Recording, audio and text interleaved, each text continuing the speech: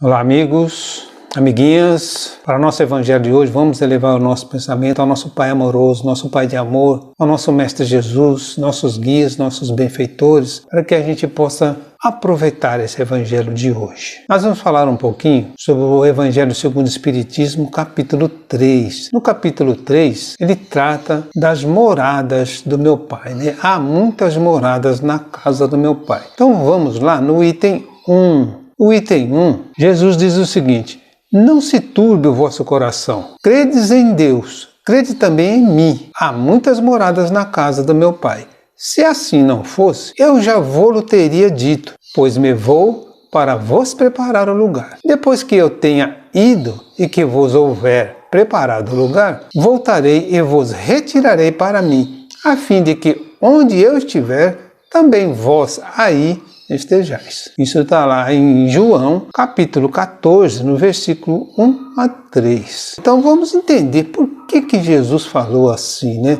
Com que propósito Jesus disse, não se turbe o vosso coração? Então, sabendo quanto preocupava e atemorizava o homem a ideia da própria morte, e como é grande a dor que sente aquele que se separa de um ente querido pela desencarnação, Jesus aconselha a serenidade e a resignação, pois o Espírito vive sempre, ainda que não possamos ver. Então, quando Jesus diz não se turbe o vosso coração, né, ele quis acalmar, né, que a gente pensasse, tivesse serenidade e resignação. Tá? Então, não se turbe o vosso coração, diz-nos Jesus, mostrando-nos que, além das fronteiras do mundo físico, nos aguarda a paz e a bem-aventurança, reservadas para os que observam as leis de Deus. O que ele quis dizer com vou para vos preparar o lugar? Então, qual o sentido dessa promessa de Jesus de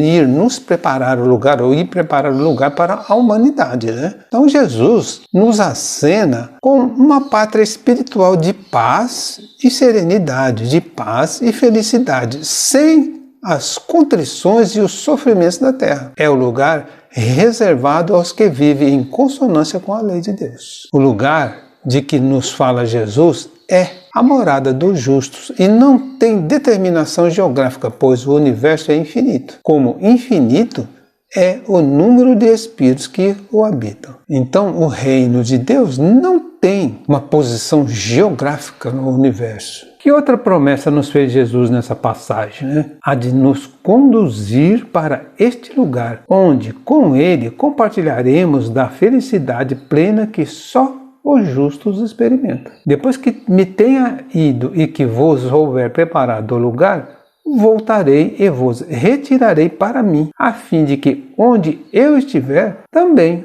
vós aí estejais. Então a promessa de Jesus é que ele vai, mas ele vai preparar o lugar para aqueles justos, aqueles que seguem a lei de Deus. E aí ele vai retirar ou vai acolher aqueles que forem justos. Que Jesus abençoe a todos.